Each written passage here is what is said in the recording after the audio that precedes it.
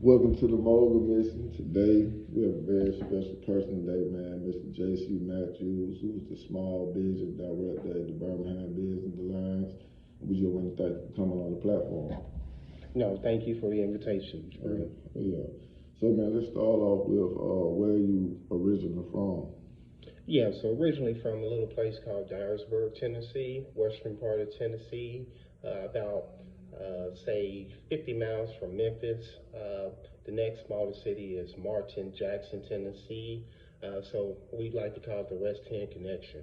So Jackson, Martin, Covington, Ripley, then Dyersburg. Okay. How was it growing up there? Growing up in Dyersburg, it's really a small community. You got a couple of stop signs and red lights, and then you pretty much through that community. So everybody knows everyone. It's almost like you were really brought up and raised by the community. So everyone had your best interests at heart. Wanted to see you do well. So I feel like it was a continuality of family, and everyone just kind of poured into you there. So that was a little bit of my upbringing, being in Dyersburg. Okay.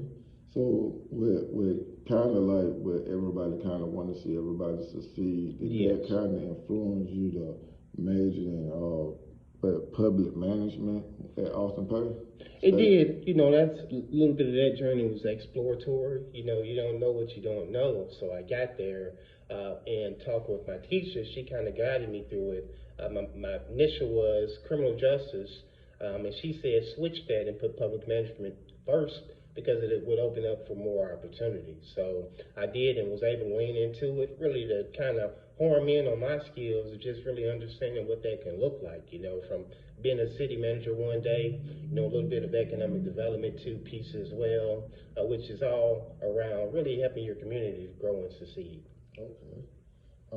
So with that experience, being able to help the community, is that what led you to want to work with small businesses, or did that kind of fall in your lap?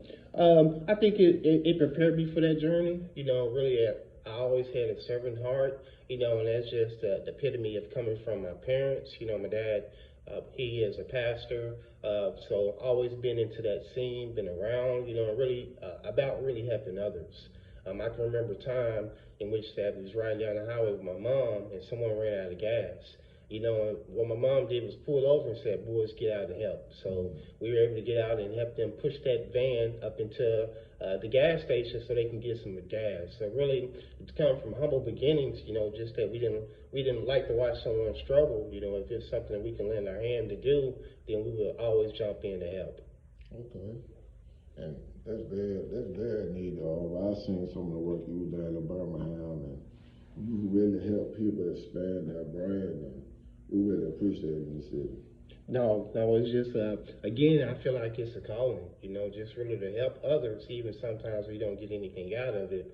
But the joy that I have is really watching others to really be able to succeed and grow, and then they reach their goals. So that's happiness all in itself for me. Okay.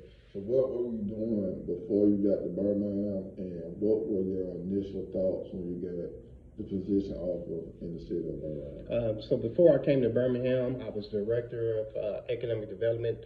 So I was doing mainly recruitment of big business, big industry to my community there.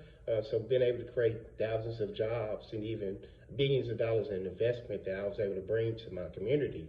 So it was a little bit, we had a small team, so you learned a lot of skills through doing, Just had a servant leader. He just was never hesitant. He just would throw me in the mix. So really I was able to hone in and learn those skills just by doing and really being a supporter.